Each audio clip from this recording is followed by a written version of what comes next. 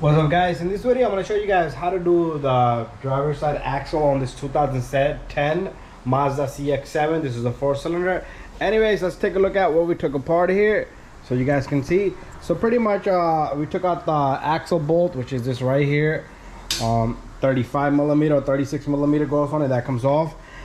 This sensor, I loosened it up. I moved this clip from all you gotta do is squeeze these two tabs right here from the back end over here, and then come on, make sure this is not stretched out.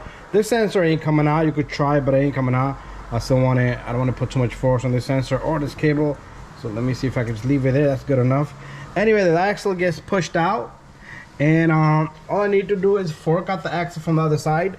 You do have a 19mm bolt here, nuts, and you have to hold it with the wrench. I used the adjustable wrench there sitting there, and this is the bolts that go right through.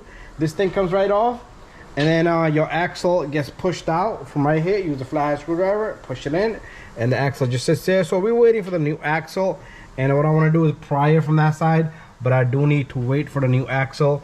And let's see how much room we got. Make sure you put a pan or something down here. But anyway, we got more than enough clearance room here, or we'll see somebody already worked here, so we'll probably take that off to get down there. Anyways, waiting for the new axle. Let's see how it goes. Okay, so they sent me a wrong axle and they don't have another one available. We gotta put this baby back together, and we will look into this guy later, another time. But right now, the customer doesn't want to leave the car here for another 2 days party, and so we push the axle back in, and what we're gonna do is we're gonna put the two bolts in. Okay, get out of my way. Oh, this guy couldn't get out of my way, so the bolt fell out of my hand. Anyways, that's that. We got this baby in, and I forgot to mention, you got to take off this little retainer here. So this is kind of very simple. There you go. So I'm gonna push on this, put the second bolt in, and there we have it. Both of our bolts are in. I just want to show you guys this little part right here. So this little guy goes in from the back end, and you have this little clip that I pulled off right here. So this is very important. Make sure you put this back on. This is the wrong way. This is how it goes, and all I need to do here is tap this baby in. Okay, we got that. I am gonna put the two nuts on,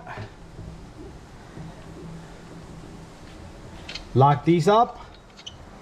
Don't forget to put this clip back in. Don't forget to put this little guy in, and tighten both of these.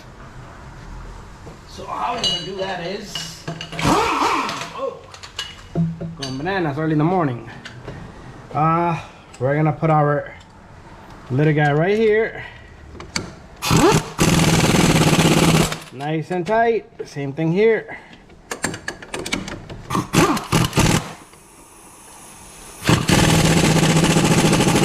Nice and tight.